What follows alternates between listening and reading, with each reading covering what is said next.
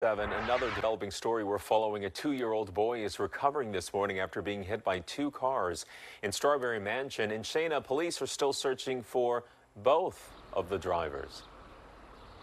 Yeah, that's exactly right, because both of them just kept on going, and it's one of those situations where police are just hoping that they turn themselves in. But this is where it all happened. We're at 33rd and Susquehanna here in Strawberry Mansion, and this is where police say the scene really centered around those scary moments just last night at 9 o'clock when 22 district officers were dispatched to this area. They found that 2-year-old boy with scrapes and cuts to his face and head.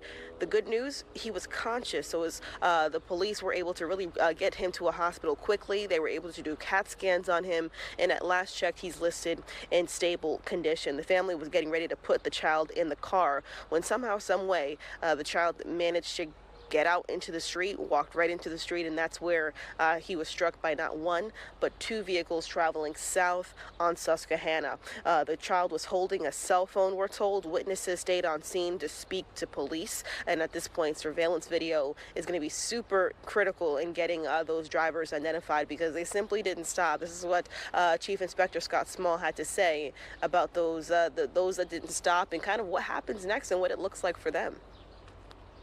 There's a possibility that they had a motive for leaving the scene. Oftentimes, someone will leave the scene of an accident because they may have a suspended license, they may be under the influence, they may be wanted.